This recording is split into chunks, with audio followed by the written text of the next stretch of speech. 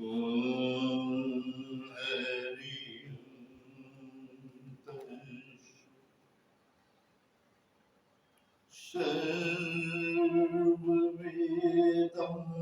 Sarva-Vedanta Siddhanta Gocharam Tam Gocharam Govindam Paramanandam Sadgurum Pranatoshyamyam Om Sanno Mitra Samvaruna Sanno Bhagavatarya Sanna Indra Brahspati Sanna Vishnu Rukrama Namo Brahmane Namastevaya Tvameva Pratyeksham Brahmashi Tvameva Pratyeksham Brahmavadeshyami Ritam Vadeshyami Satyam Vadeshyami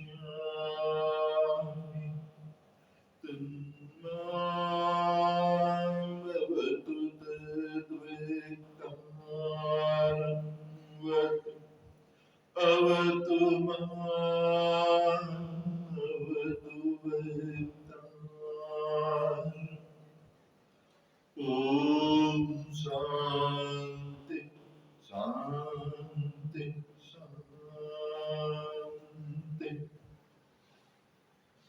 Om Sena Bhavatu Sena Bhunatu Saviryam Garvavai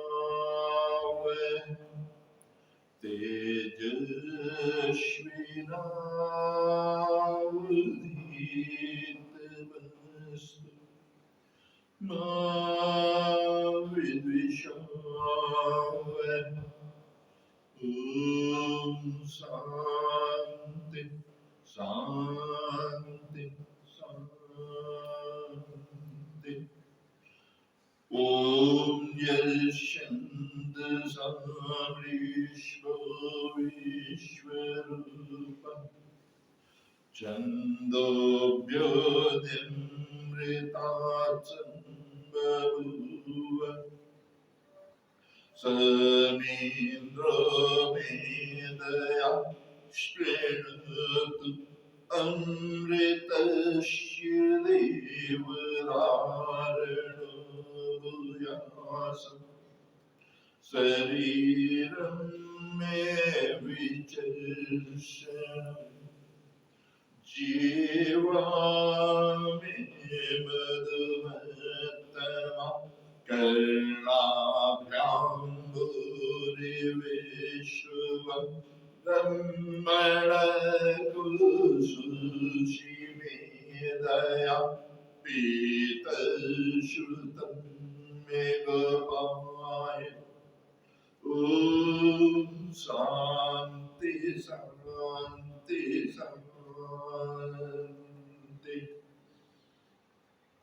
Om Rekshashiriva Kirti Prashangireviva Urdham Bhavitro Adini Vashvam Mritamashmi Dravinam Savarchasam Sumedha अमृतचिता इति त्रिशङ्करवेदानुवचनम् ॐ शान्ति शान्ति शान्ति ॐ पूर्णमद पूर्णमिदं पूर्णात् पूर्णमुदच्यते पूर्णस्य पूर्णमादाय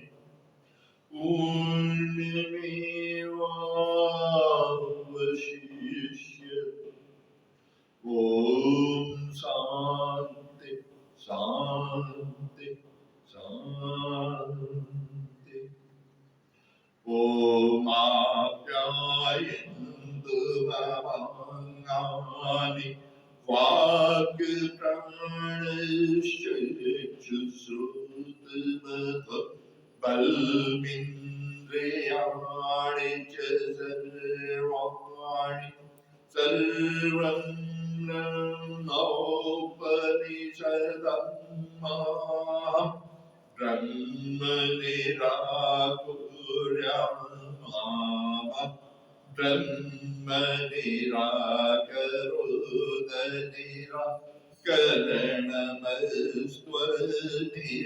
निराकरणमस्त्वनिराकरणं मे अस्तु तदात्मनि निरते य उपनिषत्सु धर्मास्ते मयि सन्तु ते मयि सन्तु ॐ शान्ति शान्ति शान्ति ॐ वाग्मे मनसि प्रतिष्ठिता मनो मे वाचि प्रतिष्ठितम् अविराविर्मयेदि वेदस्य मयाणि श्रुतं मे मा प्रहासि अनेनादितेनाहोरात्रं सन्ददामि ऋतं वदिष्यामि सत्यं वदिष्यामि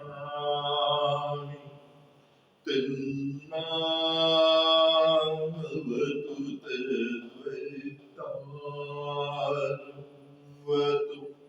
अवतु माम् अवतु वैतारवतु वैतारम् ॐ शान्ति शान्ति शान्ति ॐ भद्रं नोऽपिवादयमन ॐ शान्ति शान्ति शान्ति ॐ भद्रं कर्णेभिः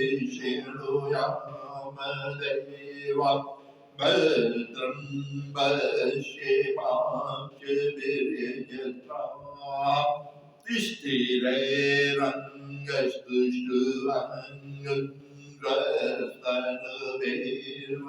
तिष्ठिरैरङ्गस्तुष्टुवाङ्गस्तनभिर्वसेमदे वहितं यदायु ॐ स्वस्ति न इन्द्रो वृद्धश्रवाः स्वस्ति न पूषा विश्ववेदाः स्वस्ति नस्तारच्युरिष्टनेमि स्वस्ति नो बृहस्पतिर्दधातु ॐ शान्ति शान्ति शान्ति ॐ यो ब्रह्माणं विदधाति पूर्वं यो वै वेदान्त प्रैलोति तस्मै तं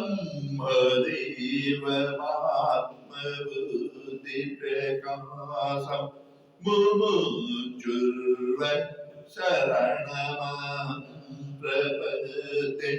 ॐ शान्ति शान्ति शान्ति। शङ्करं शङ्कराचार्यं केशवं बादरायणं सूत्रभाष्यकृतो वन्दे भगवन्तो पुनः पुनः। ईश्वर गुरुरात्मेति मूर्तिभेद विभागिने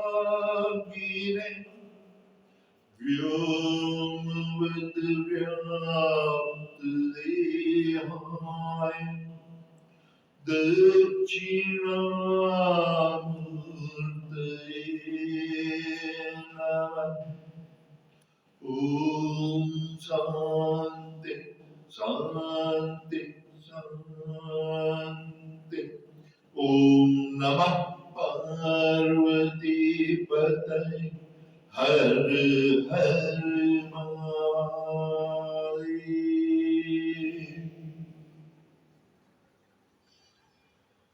नारायण आदि जगत गुरु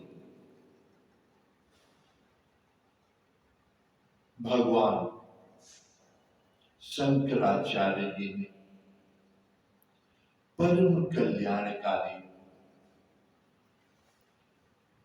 इस नर्तन को सार्थक बनाने वाले ज्ञान श्रद्धा के वेदांत के आधारभूत ग्रंथ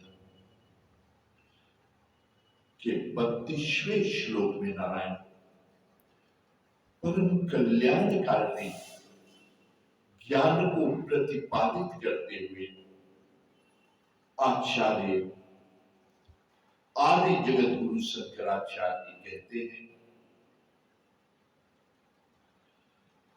मोक्ष कारण समागया भक्तिरेव नरीयसी स्वस्वरूपानुसंधान भक्तिरीत्याभिधीयते। 32वें मंत्र में आचार्य जी बता रहे कि मोक्ष कारण समाग्राया नारायण आचार्य जी ने पहले बताया कि जब परम सौभाग्य होता है तब जीव को ये नर्तन प्राप्त होता है। और नारायण ये नर्तन प्राप्त होने के बाद जब विवेक जागृत होता है तो जीव चाहता है कि उसको मोक्ष प्राप्त हो जाए। नर्तन की यही सार्थकता है नारायण। जीवन और मृत्यु के चक्र से अगर मुक्त होना है, छूटना है, तो उसी का नाम मोक्ष है। और आचार्य जी कह रहे कि जब अगर आपको मोक्ष की कामना है तो ये हमेशा मनन करते रहिए, ध्यान रखें कि मोक्ष का कारण सामग्रायाम, वो साधन, वो सामग्री जिसमें वो सामर्थ्य है कि मोक्ष प्रदान कर सके। कह रहे भक्ति रेव गरीयसी, नारायण कह रहे उसमें प्रधान कौन है? प्रधान भक्ति है। क्योंकि जब कल्याण होना होता है तो चित्त की वृत्ति में भक्ति जागती है। नारायण जीव भक्त हो जाता है, और जब तक भक्ति ना आए तब तक नर्तन कभी सार्थक हो ही नहीं सकता। इसलिए आचार्य जी बता रहे कि ये मोक्ष का कारण है। और नारायण चतुर्विध पुरुषार्थ, पुरुष कहलाने का अधिकारी वही है जिसने चतुर्विध पुरुषार्थ को सिद्ध कर लिया, वही पुरुष है। और चतुर्विध पुरुषार्थ धर्म, अर्थ, काम और मोक्ष। नारायण यही आचार्य जी प्रतिपादित कर रहे हैं कि परम कल्याणकारी यही है कि अपने को जानो, अपने कल्याण का चिंतन करो। और नारायण अपने को जानना है तो पहले अपने धर्म का बोध हो। क्यों? क्योंकि इस धरती पे नारायण आए, धरती ने तुम्हें धारण क्यों किया, और इस धरती पे ये नर्तन तुमने क्यों धारण किया? नारायण इसलिए आचार्य जी कह रहे हैं कि पहले अपने धर्म को जानो।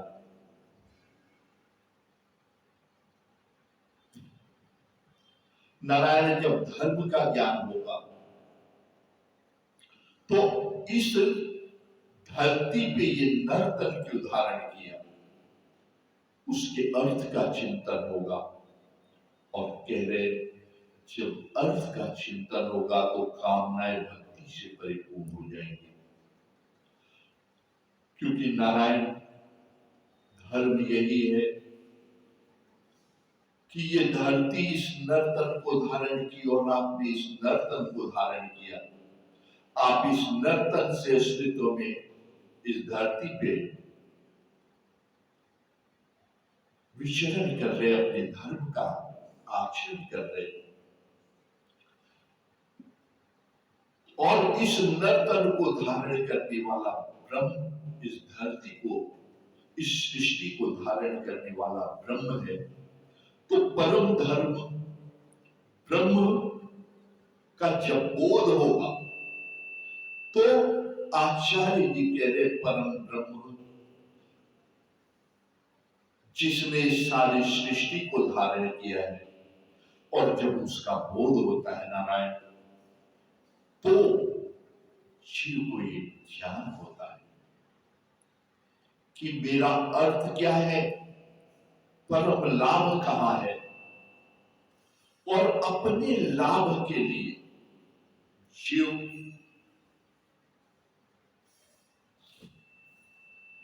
ब्रह्म चिंतन में लग जाता है। नारायण क्योंकि सारी सृष्टि को धारण करने वाला एक परमात्मा, एक प्रभु, एक हरि है। तो नारायण कह रहे कि फिर जब अर्थ का बोध होता है तो कामना भक्ति में हो जाती है। जिधर देखो तित तू ही तू है। और नारायण कह रहे आचार्य जी भक्ति रेव करिष्यसि। अब सबसे बढ़कर के आचार्य कह रहे मुक्ति का जो कारण है, उनके साधन में जो सामग्री है वो भक्ति है। और स्व रूपानुसंधान। और जब भक्ति आ जाती है नारायण तो होता क्या है, शिव शिवत्व की तरफ बढ़ जाता है। और अपने वास्तविक स्वरूप का अनुसंधान करना शुरू कर देता है। क्योंकि जो दृष्टिगोचर ये संसार हो रहा है, ये अविद्या है, ये मिथ्या है, इसमें वास्तविकता नहीं, ये इसका प्रतिपल क्षरण होता है, ये नाश्वर संसार है। और नारायण नाश्वर संसार में आने के बाद ये जब बोध हो, ज्ञान होता है, तो मालूम होता है कि ये संसार कैसा है। पता लगता है ये संसार नाश्वर है, ये प्रतिपल इसका क्षरण हो रहा है। नारायण इस संसार में कुछ भी सत्य नहीं है, स्थिर नहीं है। अब आचार्य कह रहे हैं, तब ये बोध होता है, ये ज्ञान होता है कि आखिर मैं कौन हूं। क्या मैं इस नाश्वर संसार का अंश हूं, या मेरा वास्तविक स्वरूप क्या है। क्यों? क्योंकि जिस स्वरूप को अपना समझ रहे, ये नारायण जन्म जब हुआ तो कुछ अलग था, बचपन में यही स्वरूप कुछ अलग हो गया, और जैसे जैसे समय बीत रहा है वह स्वरूप बदलता जा रहा है। अब अगर बचपन की छवि का स्मरण कीजिए तो आज दर्पण में दिखने वाली छवि कितनी बदल गई। नारायण तो आचार्य कह रहे कि यही चिंतन कर कि क्या ये जो दर्पण में दिख रहा है स्वरूप, क्या मैं यही हूं। क्योंकि अगर ये दर्पण में दिखने वाला स्वरूप सत्य होता तो नारायण इस तन की छवि बचपन में कुछ और थी, युवा अवस्था में कुछ और हो रही है, ये प्रतिपल बदल रही है। संसार हर पल बदलता जा रहा है और संसार के साथ ये तन भी बदल रहा है। अगर ये तन बदल रहा है नारायण, तो ये तन भी नाश्वर है। आचार्य कह रहे कि ये विचार करो कि क्या यही मेरा वास्तविक स्वरूप है, जो प्रतिपल बदल रहा है, बचपन से लेकर के आज तक बदलता जाता है और पता नहीं चल रहा। तो ये आचार्य कह रहे कि इसका चिंतन करो कि क्या यही मेरा वास्तविक स्वरूप है। और नारायण आचार्य कह रहे कि ये कब संभव होता है, मोक्ष कारण समाग्रयाम भक्ति रेव गरीयसी स्व स्व रूपानुसंधान। कह रहे जब भक्ति का अभ्युदय हो, क्योंकि नारायण जब तक भक्ति नहीं अंदर आती है, अंदर भक्ति जब तक न हो, आचार्य कह रहे ज्ञान हो ही नहीं सकता। क्योंकि अविद्या में जो भटकना है नारायण, उसका तन भी नाश्वर है, मन भी नाश्वर है, तो उसकी जो उपलब्धि होगी अविद्या में जब तक जीव भटकना है, तो आचार्य कह रहे वो जो भी प्राप्त करेगा वो नाश्वर होगा। जैसे आप देखिए अविद्या में जीने वाला जीव बचपन में जब उसको ये होता है कि कुछ ज्ञान प्राप्त करे, तो नारायण वो जो ज्ञान प्राप्त कर रहा है वो सिर्फ उदर पोषण का साधन मात्र है। गुरु पितुबात शिशु बोला वही, और उदर भरे सोई धर्म सिखावे। कोई नारायण थोड़ा कम और कोई थोड़ा ज्यादा वो धन ही या इस संसार के ही अविद्या को संचित करता है। लेकिन उसका पढ़ा हुआ जो है, उसका पढ़ा हुआ उसी के ज्ञान के साथ क्या होता है, नष्ट हो जाता है। चौथा पद आता है नारायण, तो धीरे धीरे उसकी जब स्मरण शक्ति, अविद्या में जीने वालों का की इंद्रिय, तन, स्मरण शक्ति सब क्षीण होती जाती है। एक समय उससे अपना भी नाम याद करना पड़ता है, जो उसके संबंधी है उन्हें भी बताना पड़ता है। ये है आचार्य जी कह रहे, ये सब का सब नाश्वर है और यहीं पे नष्ट हो जाता है। वो जो ज्ञान भी अर्जन कर रहा है वो क्या है, बिना भक्ति का किया गया अध्ययन भी यही संसार के साथ नष्ट हो जाता है। हाँ? जैसे जैसे उसकी अवस्था बढ़ती जाएगी, चौथा बनाएगा, इंद्रिया शिथिल होगी, याददाश्त समाप्त होने लगती। इसलिए भी आचार्य जी कह रहे कि जब परम कल्याण होना होता है तो क्या है, मोक्ष की चिंता होती है। क्यों हम इस संसार में आए, क्यों इस धरती पर मैंने ये नर्तन क्यों धारण किया। हाँ? अब जिसके वजह से मैं अस्तित्व में हूं, तो कल्याणकारी क्या है कि मैं उसका बोध कर लूं, उसको प्राप्त कर लूं। तो आचार्य जी कह रहे कि उसका साधन क्या है, भक्ति। और जब भक्ति का अभ्युदय होता है तो जीव को चिंतन क्या होता है कि स्वस्वरूपानुसंधान, मेरा वास्तविक स्वरूप क्या है। क्योंकि ये जो तन दिख रहा है, बचपन में इसका स्वरूप कुछ और था। धीरे धीरे जैसे जैसे बड़े होते गए स्वरूप तो बदलता गया। रोज ही इसमें परिवर्तन होता चला गया, लेकिन पता चला अब नारायण तो ये वास्तविक इसमें है कहां, और कब तक रहेगा। चिता में आग लगने के बाद किसी का स्वरूप बचा। तो आचार्य जी कह रहे हैं कि तब उसको इस बात की जिज्ञासा होती है कि वास्तव में मैं कौन हूं और वास्तविक मेरा स्वरूप क्या है।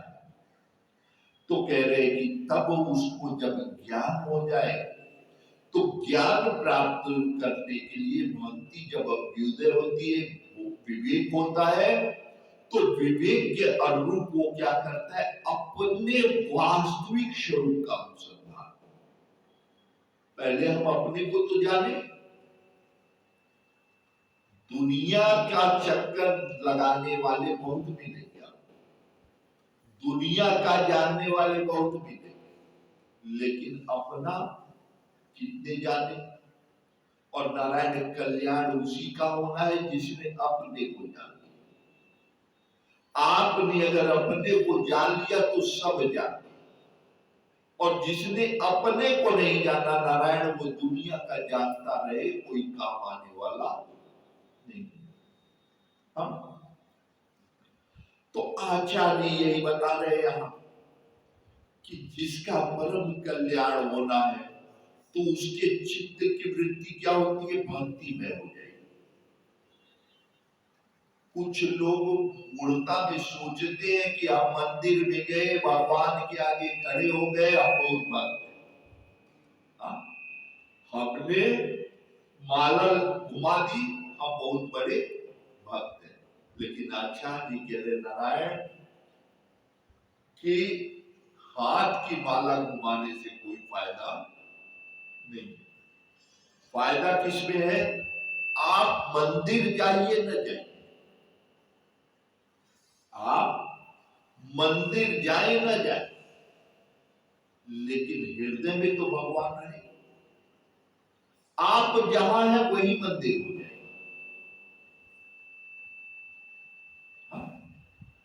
आप जहां पे है वही मंदिर हो जाएगा। नारायण कर की माला घूमे न घूमे, लेकिन जीवा से तो भगवान का नाम निकले। जब आपका श्रीमुख खुले तो क्या निकले? प्रभु का नाम।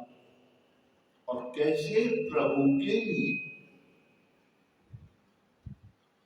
आचार्य जी कह रहे हैं, जब इस ढंग से आप अपने अंदर डूब जाए और अपने स्वरूप का चिंतन अनुसंधान शुरू कर दे, तो कह रहे नारायण कि वास्तविक स्वरूप का जब अपनी अनुसंधान जीव करने लगे,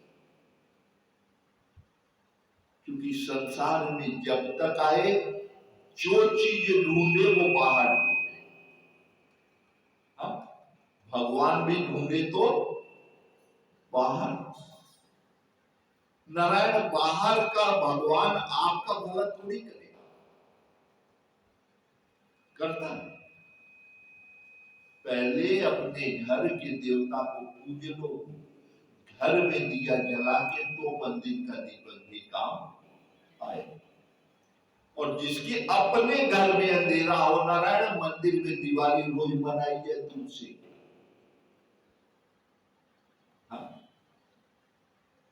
अब इसके लिए नारायण इस ईंट पत्थर के भवन में तो लोग जहां शाम हुई तुरंत कहेंगे दिया जला। अरे ईंट पत्थर में दीपक जलाने से कोई फायदा नहीं है।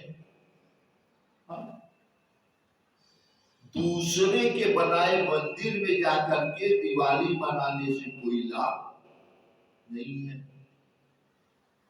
आचार्य जी कह रहे हैं कि कहां दीपक जलाना है? स्वरूपानुसंधानम, अपने घर में दिया जलाओ। और वो घर कहां है? जन्म के साथ परमात्मा ने आपको ये घर दिया, इसमें प्राण प्रतिष्ठा करके, और इसमें आपका निवास है ना। और मृत्यु पर्यंत हमेशा 24 घंटे कहां रहते हैं? उसका चिंतन कितने को है? अपने हृदय के अंदर क्या है उसकी चिंता किसी को नहीं है। और आचार्य जी कह रहे जब तक अपनी चिंता नहीं किए तब तक बाहर के मंदिर से किसी का भला होना नहीं है। तो आचार्य जी कह रहे कि जिसका भला होना होता है वो वास्तविक अपने स्वरूप का अनुसंधान करता है कि मैं कौन हूं। और नारायण लौ लग जाती है कि मुझे अपने को जानना। और जब लौ लग जाती है तो नारायण बाकी सारी चिंताएं छूट जाती है। पहले आत्म कल्याण की मैं हूं कौन, क्योंकि मैं जिसको स्वयं का समझ रहा हूं, ये जन्म के समय कुछ था, बचपन में कुछ, युवावस्था में कुछ, और वृद्धावस्था में जीवन भर का किया गया ज्ञान अर्जन हो, धन अर्जन हो, सब यही छूट गया। तो इसमें मैंने अपना क्या रखा? नारायण इसलिए कह रहे कि पहले अपने को तो जानो, और अपने को जानना है तो अपने अंदर उतर जाओ। कह रहे अनुसंधान करो, और ये अनुसंधान करना ही भक्ति है। आचार्य कह रहे हैं कहीं मूर्ति बना के उसके आगे घंटी हिलाने से भक्ति नहीं होती। नारायण भक्ति का मतलब यही है कि आपका जो आपके चित्त की वृत्ति है वो कहां लग जाए? अपने को जाने। चित्त की वृत्ति किसमें है? अपने को जानने। और यही कह रहे नारायण की भक्ति रीत्या भेदीयते। और यही जब वृत्ति का अभ्युदय हो जाए कि मुझे अपने को जानना है, और नारायण जब अपने को जानने में आपकी बुद्धि आपकी वृत्ति लगे तो बाकी दुनिया अपने आप छूट गई कि नहीं? हाँ? बाकी दुनिया अपने आप छूट जाएगी, उससे आप अपने आप भक्त हो जाएंगे, आपको करने की जरूरत नहीं पड़ेगी। तो आचार्य कह रहे कि यही भक्ति है, और इसी में क्या है कि कल्याण। कल्याण कहाँ है? इसी में कि मैं कौन हूं। देखिए हमारे वैदिक सनातन धर्म में आचार्य कह रहे कि इस भक्ति में मंदिर तो बनाया गया। हाँ? क्यों? क्योंकि नारायण देखिए, जैसे आप ज्ञान अर्जन करना है तो पहले क ख ग घ आपको पढ़ना। अब जिसको क ख ग घ ना आता हो और आप कहिए उसको हम डॉक्टर बना देंगे, बनेगा? डॉक्टर होते हैं ये सही है, लेकिन डॉक्टर बनने के लिए पहले उसको क ख ग घ आना जरूरी है। हाँ? तो ऐसे ही नारायण चित्त की वृत्ति को ब्रह्माकार बनाना है। हाँ? तो मंदिर इसीलिए बनाए गए कि वहां पर जाते ही बुद्धि कैसी हो जाती है? भगवान में। हाँ? ब्रह्म है ये बोध हो जाता है, और जब ये बोध हो गया कि ब्रह्म है तो कह रहे कि अपने आप क्या होता है? उसका परिणाम यही होगा कि ब्रह्माकार वृत्ति है। पहला क्या है? प्रज्ञानम ब्रह्म। अपनी बुद्धि को कैसा बना लो? ब्रह्म में। हाँ? नारायण ब्रह्म में वृत्ति जब होती है तो फिर कह रहे धीरे धीरे क्या होता है? ब्रह्माकार वृत्ति से प्रज्ञानम ब्रह्म, अयम आत्मा ब्रह्म। हाँ? नारायण अयम आत्मा ब्रह्म कि मैं, ये तो जो भगवान है इन्हीं की कृपा है कि मेरा अस्तित्व किससे है? परमात्मा से है। हाँ? और नारायण उसके बाद जब ये दृढ़ हो जाए, प्रज्ञानम ब्रह्म का मतलब ब्रह्मचर्य जीवन। पहले ये बोध तो हो कि परमात्मा ब्रह्म है। हाँ? ये जब बोध हो जाता है, मंदिर में ले जाएंगे और सत्संग आदि से क्या होता है? बुद्धि कैसी होती है? भगवत में। इस संसार में परमात्मा है, ये बोध हो जाएगा। नहीं, नारायण पशु पक्षी इतने हैं, किसी को भगवान से लेना देना है। अब वैसे ही मनुष्य, अगर उसको नारायण ये बोध नहीं है तो जैसे एक पशु जी रहा है। आप देखिए कितने पक्षी हैं जो घोंसला बनाते हैं, कितने हैं वो पत्ती से इतना सुंदर घर बना देंगे कि पूछे मत, देखने वाले देखते रह जाए। हाँ? साइंस और विज्ञान आप देखिए, अभी नारायण विज्ञान आपको देखना हो, एक रस धागा ले लीजिए और धागे के अंदर आप गुड़ या कुछ मिठाई बांध करके लटका दीजिए जमीन से थोड़ा नीचे। हाँ?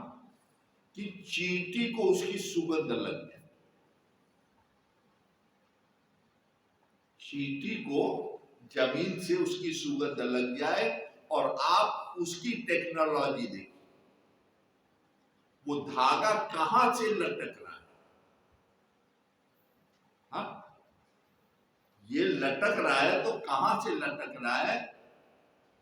वो चींटी थोड़ी देर में जहां सुगंध लगी, आप देखिए कहीं ना कहीं से अपना जुगाड़ बना के और वहां तक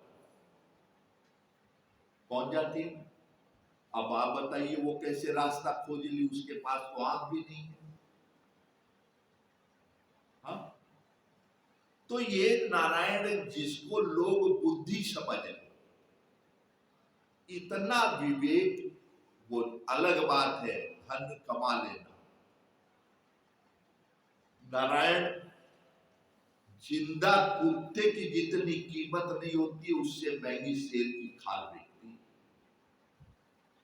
हाँ, तो इसका मतलब वो शेर बहुत धनवान हो गया। हाँ, ये सब अविद्या का संचय करके जीव अपने को समझता है मैं ऐसा हो गया, मैंने ये जुटा लिया। नारायण जुटाने के बाद छोड़ के तुझे यही जाना है ना। और फिर आगे क्या होगा? आज तक कोई ऐसा हो जो अपने ज्ञान के बल पे या धन के बल पे अमर बनी है? सब यही प्राप्त किया और यही छोड़ के गया। नारायण विश्व इतिहास में अगर पूछा जाए अब तक कितने लोग पैदा हुए, आप जिनको जानते हैं उनका नाम बताइए। शायद कोई ऐसा हो जो अपनी 4-5 पीढ़ी बताता है कोई। लेकिन नारायण रघुवंश का नाम बच्चा बच्चा, चाहे इधर से चाहे उधर से, लेकिन जानती दुनिया है। हाँ?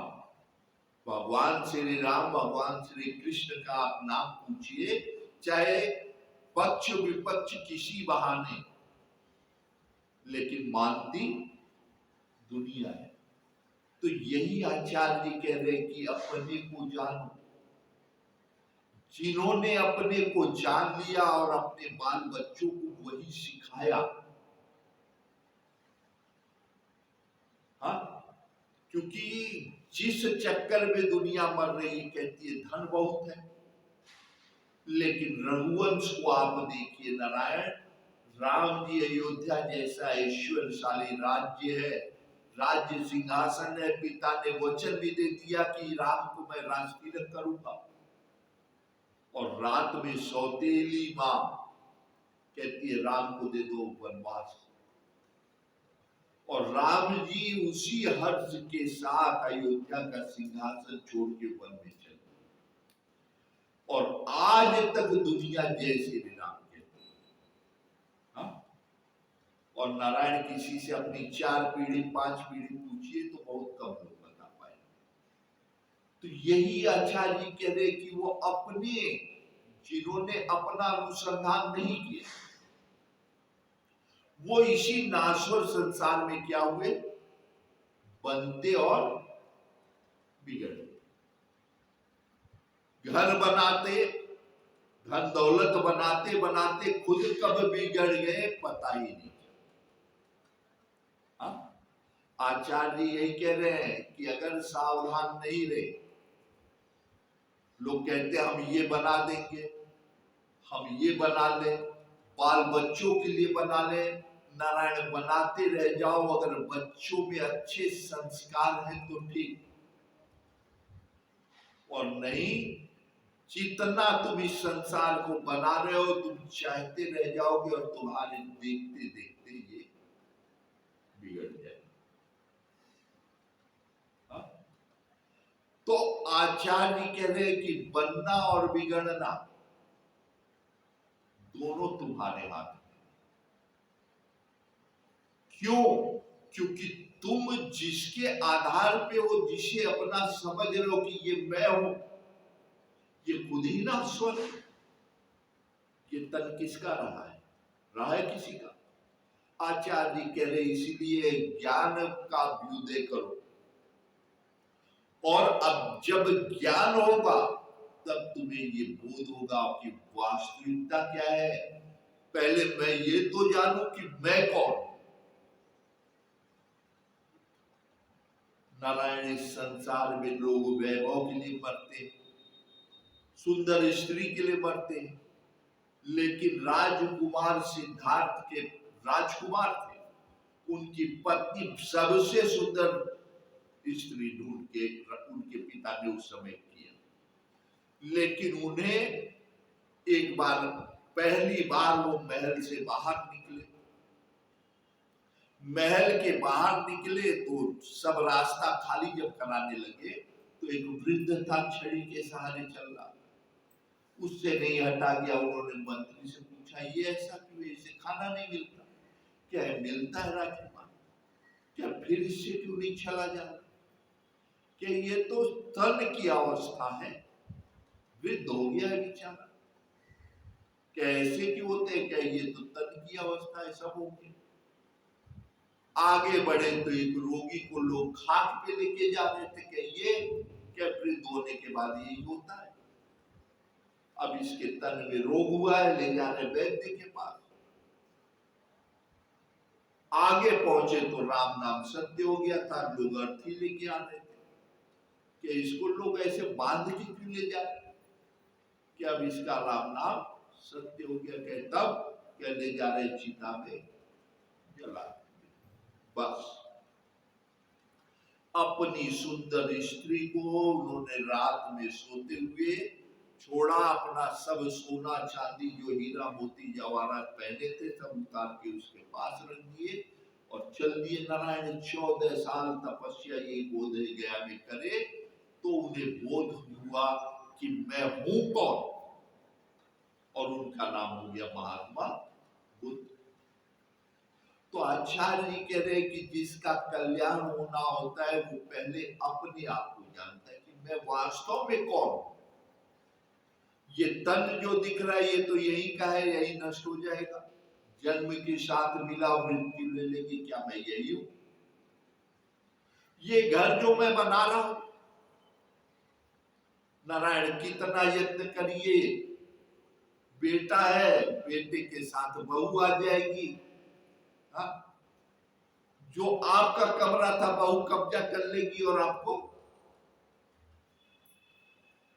हाँ, नाती पोते हो गए तो बरामदे में आप पहुंच गए। घर बनाया आपने, जो कमरा कभी आपके लिए था वो बहू के लिए हो जाएगा, अब उसकी बहू आएगी तो अब बताओ।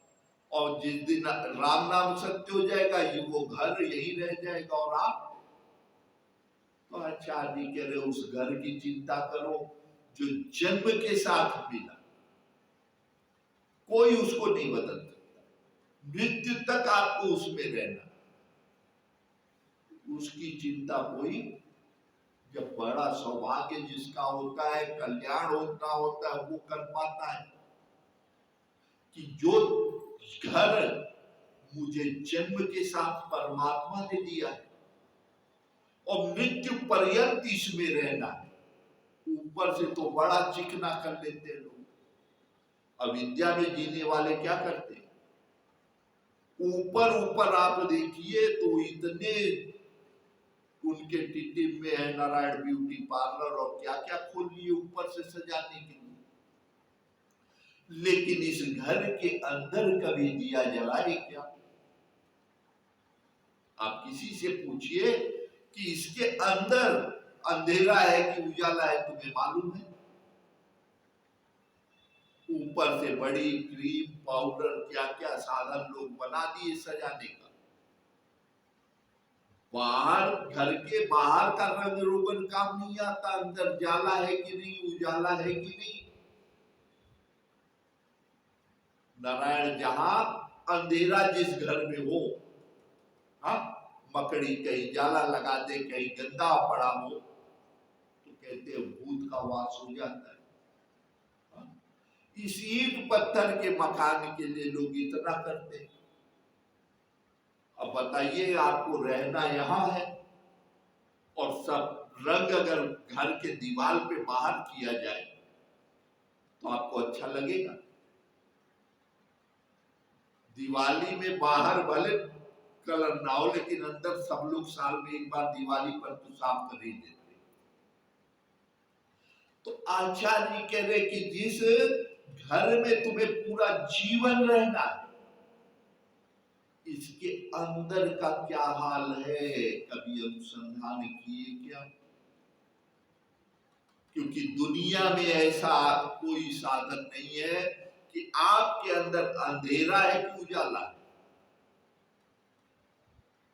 हड्डी टूट गई वो बता देगी मशीन,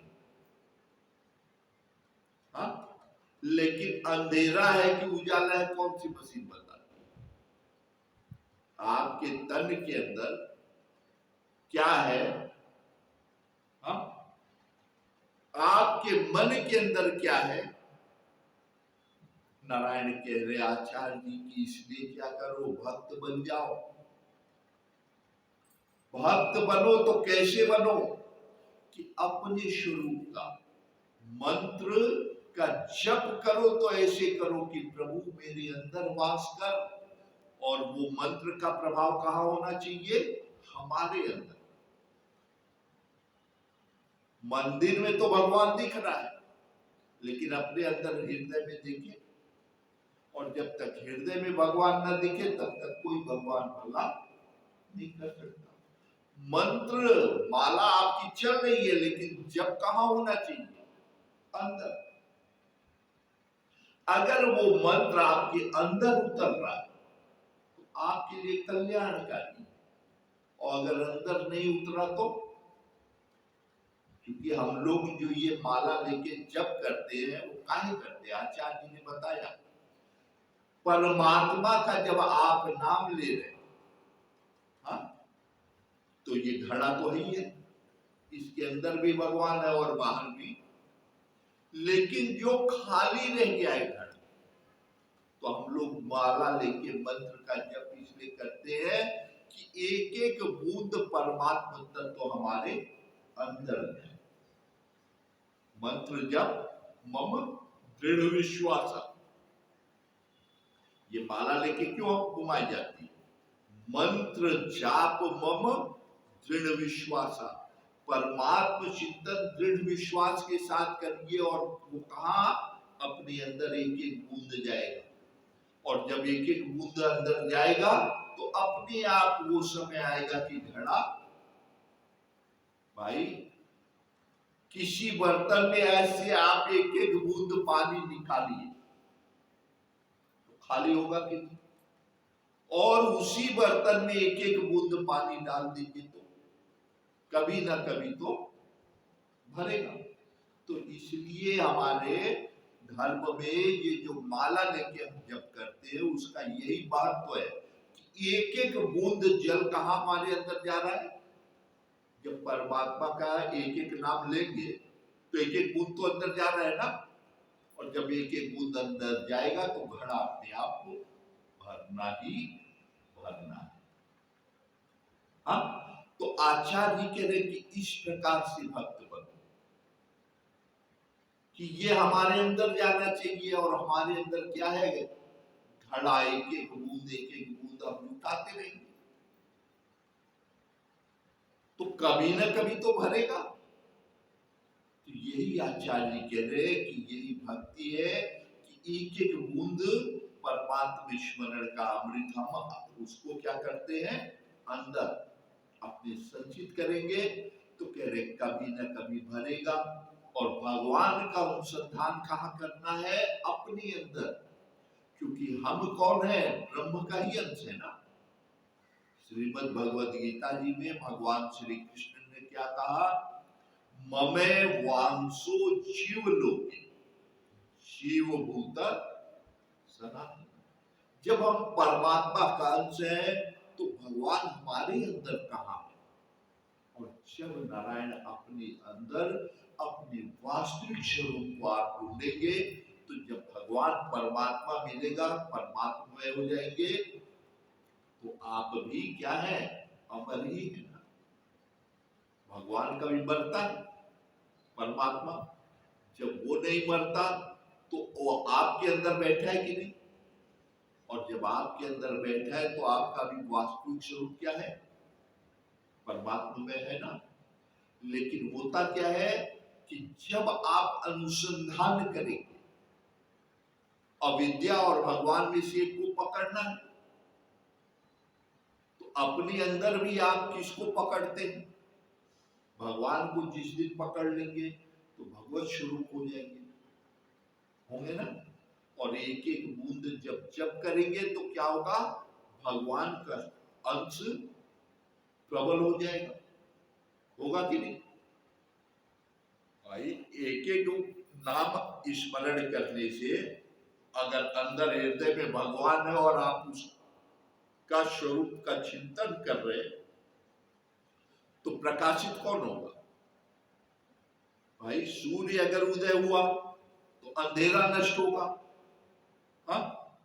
और जो अंधेरे में ही जीने वाला है, सूरज से मतलब नहीं है, तो उसके लिए सूर्य वो अंधकार का ही स्वरूप रहेगा। तो यही आचार्य जी कह रहे हैं कि भक्ति में जीवन, भक्ति में वृत्ति करके अपने ही स्वरूप का अनुसंधान जब करने में बुद्धि लग जाए तो वही क्या है?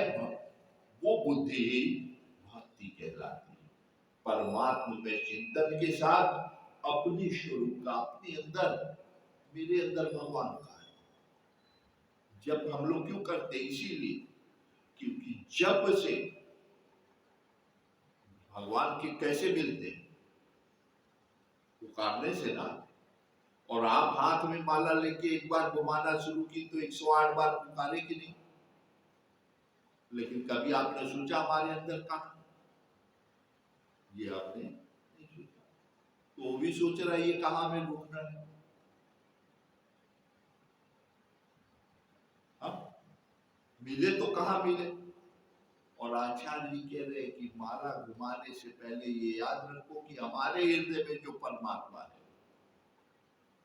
परमात्मा हमारे हृदय में जो है, उसको हम यहाँ पर अनुसंधान करने के लिए माला जो घुमा रहे हैं, एक एक बार स्मरण कर रहे हैं कि प्रभु कहाँ हो। तो कभी तो दीनदयाल के भनक पड़ेगी कान। तो माला इसलिए घुमानी चाहिए कि हमारे हृदय में जो परमात्मा है वो हमें दर्शन तो दे। और जिस दिन उसका दर्शन हो जाएगा नारायण, तो आपका स्वरूप क्या होगा? परमात्मा में हो जाएगा। तो यही आचार्य जी कह रहे हैं कि परमात्मा का हृदय में अनुसंधान करने के लिए क्या होता है? जप आदि मंत्र जाप मम दृढ़ विश्वास, अपने अंदर भगवान का स्वरूप का हम दर्शन करें। तो अब आगे आचार्य जी कैसे इस भक्ति को दृढ़ करते हैं, आगे का मार्गदर्शन करेंगे, हम लोग अगले सत्र में देखेंगे। ओम पूर्णमद पूर्णमिदं पूर्णात् पूर्णमुदच्यते पूर्णस्य पूर्णमादाय पूर्णमेवावशिष्यते। ओम शांति शांति शांति। ओम नमः पार्वती पते हर